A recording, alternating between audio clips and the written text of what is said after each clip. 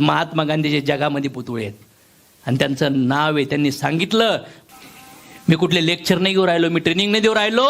ते म्हणतात की माझं जीवन हाच लोकांना संदेश आहे की जीवन कसं जगावं. यस, याला म्हणतात जिंदगी. भूमीमध्ये जन्म घेतलाय. आपल्या आज भगवंताचे अवतार, जे जीवात्मे, जे महात्मे, जे संत येऊन गेलेत ना, त्यांचं एक एक अभंग जरी आपल्या जीवनात आणला ना, तर तुमची लाईफ सोडा, तुमच्यामुळं शेकडो हजारो लाखो लोकांच्या जिंदगीमध्ये प्रकाशमय होऊ शकतं. ही जिंदगी बनू शकते आपली. पण आपण काय करू राहिलोत? फक्त भोळी भावडी भक्ती करू राहिलोत.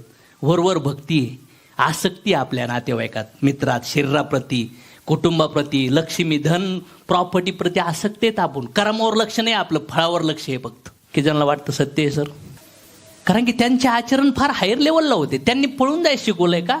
राम भगवंतांनी सीता मातेशी विवाह केला ना, तर काय उचलावं लागलं होतं? धनुष्यबाण. मग जर त्यावेळेस लग्न करण्यासाठी साला एवढा संघर्ष होता, तर आता पण लग्न करण्यासाठी संघर्ष असणार का नसणार? संघर्ष आहे यार, पण कमवा ना. महिन्याला 25,000, 50,000, 1,00,000, 2,00,000 कमवा ना. सांगा ना त्यांच्या कुटुंबांना, सांगा ना त्या मुलीला, त्या मुलांना, चला मी तुझी जिंदगी बदलल. विश्वास ठेव. आज माझ्या